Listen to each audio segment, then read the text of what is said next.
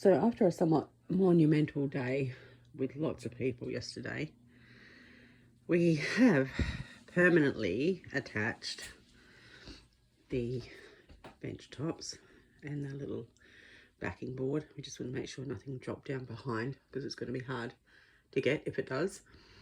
And we have to just finish this edge off. We still have lots to do. There's a little cupboard going in there, and the fridge cabinet, which we've made, we took out to help it to make life easier yesterday, getting all the cabinets done. But obviously there's a little cabinet here with the washing machine that's got to go in as well. But this is actually permanent now. It's in place, it doesn't have to come out again.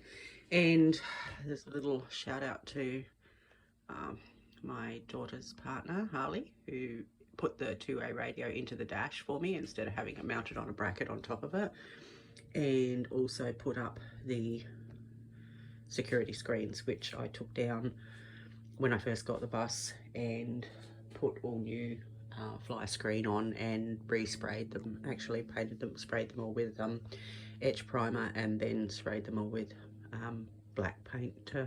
They were quite faded and dull. So now I have security screens as well.